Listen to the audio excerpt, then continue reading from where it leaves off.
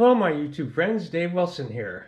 2 weeks ago, I was getting ready to leave for Baltimore with my grandson, go to the ERRF show. Well, I've been back now. Had a great time, but I got a really bad cold and been in bed for 3 days. So I'm just starting to get over that now. But in the meantime, spent a lot of time looking at things on YouTube and found this little ghost design that's really cute. I'll put a link to the person that brought it to my attention, but it's a fun print, and this is the normal size, and I thought, well, if I can make that, I can make more of them.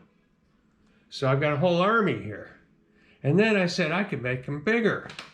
So I made this one, and they print just like this, but when you pick them up, the legs drop out and they'll stand up.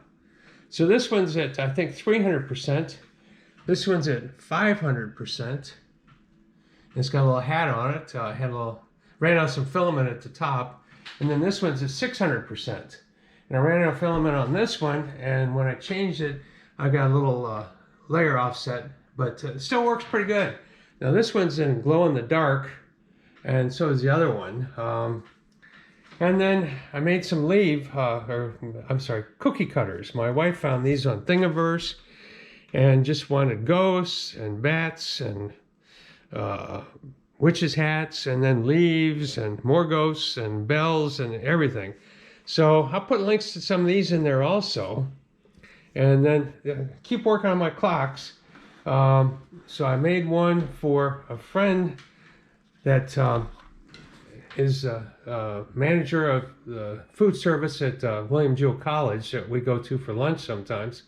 And what I've been working on is I've got the front down pretty well, but I changed the back so the front screws into it. A lot happier with that. It doesn't rotate anymore. So working on those, keep making improvements. But had a great time at ERRF, and I think my grandson had a pretty good time too. He was into different things, and may try to print some tennis shoes for him.